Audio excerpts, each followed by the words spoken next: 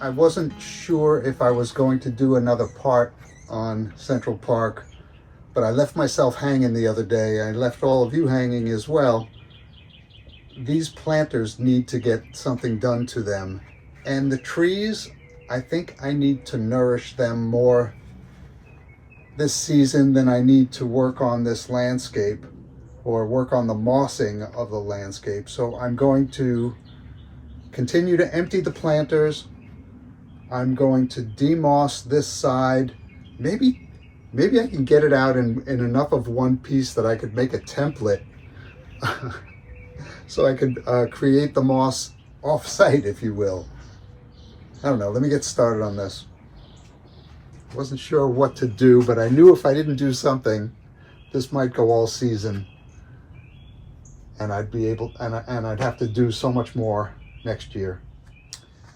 So I'll start on this side, and I'm just going to scoop this into my hand if I can. I'm not trying to save the plants. I believe these are annuals that grow from seed. If you remember in the last episode, I collected the seed heads. They're drying out, and hopefully I'll get some good seeds to spread on this. If not, I'll think about something else. I'd also mentioned at one point that I wasn't real happy with the fact that it's green against green. And I'm not sure what to do about that because, you know, I'm certain to find more things green I want growing in here than anything else. So I don't know if anyone has any suggestions, maybe a deeper green, like maybe this was a hedgerow. Yeah, I really don't know what to plant in here if I can't get anything to grow in here that I like the way it looks. Yeah, I'm really not sure what to do with this planter long term. With these planters long term. I would like to get some sort of either an annual weed that blooms nicely once, you know, something to look forward to, like when my azaleas bloom. You know, it's real pretty right now, but you know, it just goes green later on. So that's kind of what I was hoping for here. You know, maybe a row of like low junipers, or you know, something that you see on a landscape in front of a nice building. It grows very low, but it's very nice and green, like a deep green. But then how do I keep my moss from looking deep green? Yeah, this maintaining my vision here of what I want, it's difficult because, you know, I'm not aware of all of the plants that are available to me to do this.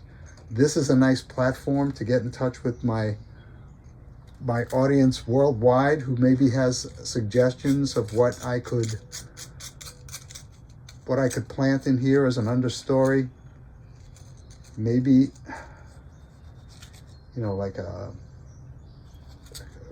green carpet juniper or something like that. But could I keep it under control enough in this small environment? I mean, maybe I need something for sure that dies off each year.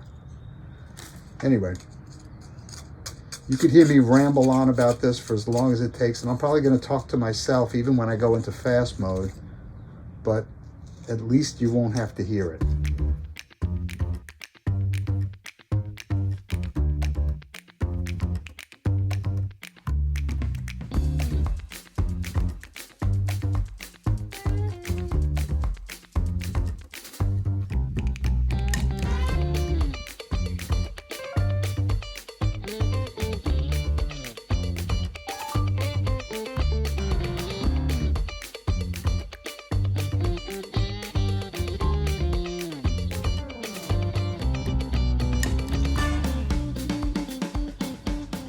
All right, I'm seeing an opportunity to get some age in the planting if I just, you know, scrape away some of this, which is broken down soil and the muck that I used when I first planted this up, because I planted the moss that's here by using a mixture of sphagnum, ground sphagnum moss and nice clumping moss, beautiful, like carpet moss. And that grew nicely. That's what this was. This no longer looks as nice as it used to when it first came in, obviously. But I'm seeing an opportunity for some age. Now, not that this is the most beautiful thing in the world, but you very often see a section of root near a tree in a mature park. So if this protrudes over the soil line, I'm okay with it. It would still be below the soil line, and there's some opportunity for some good surface roots here too. So I'm going to try and concentrate on the trees and the maturity of the trees within the landscape this year, for the entire year, and worry about mossing it up next year. All right, so that's what I'm going to continue doing. I'll go in fast mode for a while, but more than likely I'll show you this as an update in an upcoming other video. I think I've explained what I need to do. All right, so I've been working away at this for a little while. I've got it cleared off here. There are a lot of surface roots, but I don't think that most of them are very usable, and I'll probably be pruning them back somewhat. I'm going to put down a new layer of muck. I'm not going to try and achieve the same elevations as I did before, the same hills. I'll try and achieve some of it, but I don't know if it matters at this point. I'll put a nice layer of muck on there, and I think I'll sprinkle some moss preparation that's sitting in our freezer. That will probably do the trick. All right, that's it for today on this. And like I said, I'll show you an update. But, you know what I'm about to do. And I went further already today than I even wanted to. So, yeah, I'm not going to show you my root selection here. But just know that I'm trying to, if possible, have a few surface roots, have some maturity appearing in this park instead of these super young trees. I'll start concentrating on the trunks and the root systems of these trees. I've also mentioned before that the nightmare that I have is repotting this. I don't know how I'm going to do it. Maybe it'll be a collaboration with one of you out there. That would be nice, but certainly not this year.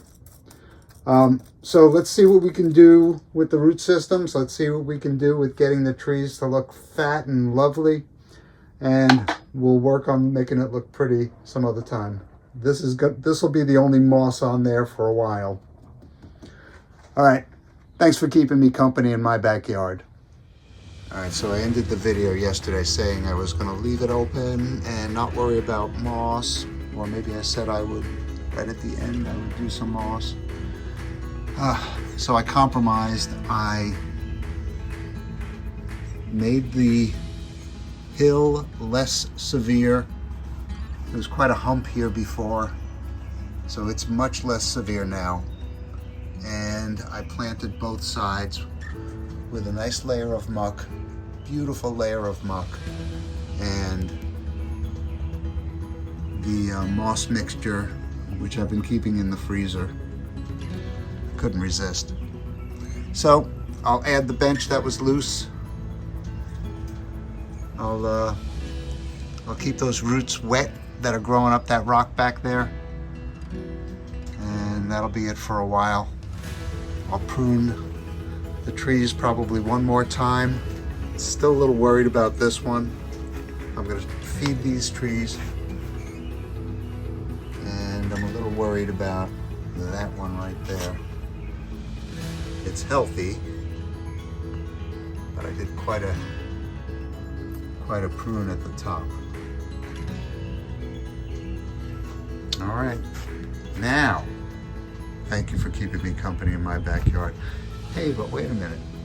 Remember my jacaranda forest that I cut back severely? I did lose a tree. I lost this one. It's almost dead anyway. My plan for this forest is to replant it in the same pot and spread the trees out a little bit, change some of the locations, but this forest it really exceeds my expectations every time I prune it back.